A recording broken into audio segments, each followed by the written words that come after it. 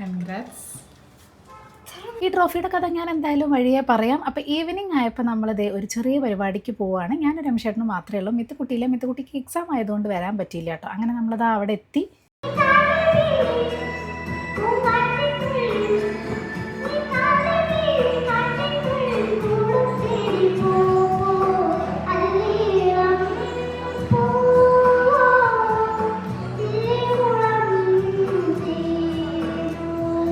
ഇത്രയും ഭംഗിയിൽ പാടുന്ന ഈ കുഞ്ഞുമോൻ്റെ പാട്ട് ഞാൻ എങ്ങനെ നിങ്ങളെ കേൾപ്പിക്കാതിരിക്കാല്ലേ, അത്ര രസമായിരുന്നു കേട്ടോ. അപ്പോൾ ഞാനും മാത്രമല്ല ആതിര ഉണ്ടായിരുന്നു, ആതിരയുടെ കുട്ടിക്കും ട്രോഫി ഉണ്ടായിരുന്നു കേട്ടോ. അപ്പോൾ അന്ന് നമ്മളൊരു മോണാക്റ്റിൻ്റെ പ്രോഗ്രാം നടന്നിരുന്നു എന്ന് പറഞ്ഞില്ലേ, അപ്പോൾ അതിൻ്റെ സമ്മാനദാന ചടങ്ങാണ്. ആ സെയിം ഡേ തന്നെ നമുക്ക് കിട്ടില്ല. അപ്പോൾ നവി മുംബൈ സോണിൽ മിത്തുകുട്ടിക്ക് ഫസ്റ്റ് കിട്ടിയതിൻ്റെ ഒരു എന്താ പറയുക പ്രൈസ് ഡിസ്ട്രിബ്യൂഷൻ ഡേ ആയിരുന്നു. അപ്പോൾ അതിൽ ഞാനാണ് വാങ്ങിയത്. മിത്തുകുട്ടിക്ക് എന്തായാലും വാങ്ങാൻ വരാൻ പറ്റിയില്ല. അപ്പോൾ അതാണ് ഇന്നത്തെ ദിവസം കേട്ടോ. ഇനി നമുക്ക് ഫുൾ മുംബൈ സോണിലും കൂടി ഉണ്ട്, അതിനും നമുക്ക് പ്രൈസ് കിട്ടിയിട്ടുണ്ടായിരുന്നു ഫസ്റ്റ്. അപ്പോൾ അതിന് ഏത് ദിവസമാണ് വെക്കുകയെന്നൊന്നും അറിയില്ല. അങ്ങനെ ഞങ്ങളിതേ രാത്രി ആയപ്പോൾ ഒരു 8 മണിയായി കഴിയാൻ കേട്ടോ. ഭക്ഷണമൊക്കെ ഉണ്ടായിരുന്നു, അതൊന്നും കഴിക്കാൻ തന്നില്ല, ലേറ്റായി.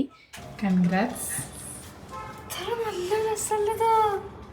അങ്ങനെ ട്രോഫി കിട്ടിയപ്പോൾ മിത്തുക്കുട്ടിയെ സന്തോഷമായി. ഇനി ഫുൾ മുംബൈ സോണിലെ ട്രോഫിക്കും കൂടെ വേണ്ടി വെയിറ്റ് ചെയ്യാണ്. അതേപോലെ തന്നെ ഇനി അടുത്ത വർഷം നമുക്ക് ഈ വക പരിപാടികൾക്കൊക്കെ പോകാം അല്ലേ.